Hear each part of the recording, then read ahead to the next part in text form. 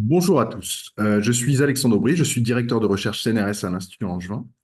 Et depuis une dizaine d'années, mes activités de recherche traitent de la propagation des ondes en milieu complexe, avec des applications qui vont de l'optique et de la propagation de la lumière dans les tissus biologiques, à la sismologie avec l'étude des volcans, en passant par les ultrasons pour l'imagerie médicale et le contrôle non destructif. Les milieux complexes sont des milieux spatialement hétérogènes à travers lesquels les ondes suivent des trajectoires aléatoires. Et l'idée de mon projet de recherche a été d'étudier les phénomènes d'interférence à l'œuvre dans ce type de milieu, aussi bien d'un point de vue fondamental que d'un point de vue appliqué pour l'imagerie. En effet, quelle que soit la nature des ondes utilisées et les échelles considérées, l'imagerie des milieux complexes est une tâche particulièrement ardue du fait des phénomènes de diffusion multiples qui rendent ces milieux particulièrement opaques. Et pour sortir de ce brouillard, j'ai développé une approche non invasive et universelle de l'imagerie en milieu complexe, basée sur le concept de matrice de réflexion. Donc, cette matrice, elle contient l'ensemble des réponses impulsionnelles à associer à un réseau de capteurs, et elle permet notamment de rejouer à l'infini le film de propagation d'une onde au sein du milieu, en particulier pour apprendre à dompter la diffusion multiple et à focaliser les ondes au sein du milieu, ceci à des fins d'imagerie.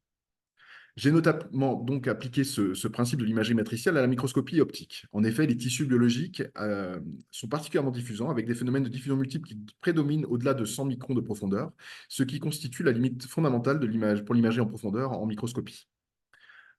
Et ce verrou, il vient d'être levé grâce au développement d'un microscope matriciel qui permet une mesure ultra rapide de la matrice de réflexion. Donc, basé sur l'OCT spectral, ce microscope consiste à éclairer le milieu à imager par différentes ondes planes d'inclinaison et de longueur d'onde différentes. Et pour chaque illumination, on enregistre le champ rétrodiffusé par l'échantillon et on le stocke dans une énorme matrice de réflexion.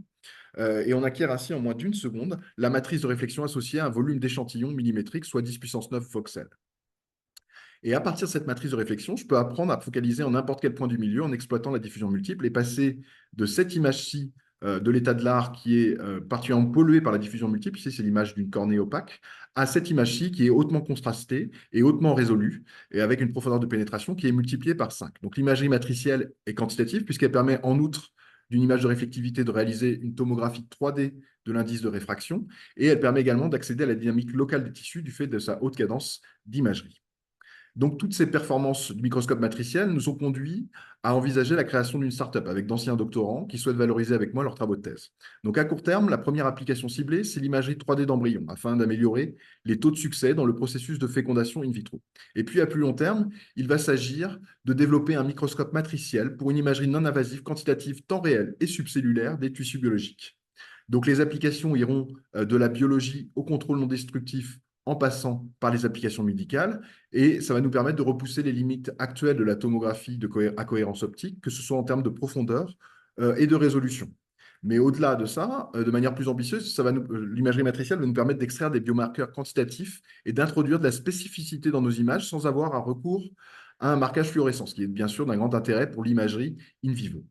Donc, pour cet ambitieux programme, j'ai réussi à mettre en place autour de moi une équipe particulièrement complémentaire et motivée, avec deux doctorants qui ont fait leur thèse, Paul Ballandrade et Victor Barol, qui ont fait leur thèse avec moi et qui seront cofondateurs de l'entreprise, également avec Nicolas Kigi, qui est un spécialiste de l'intelligence artificielle. Et au-delà des fondateurs, on va bénéficier de l'expertise d'imminents physiciens-inventeurs que sont Claude Bocara et Mathias Fink, ainsi que d'une équipe de jeunes scientifiques particulièrement talentueux, qui vont nous permettre de développer le microscope matriciel jusqu'à sa future commercialisation.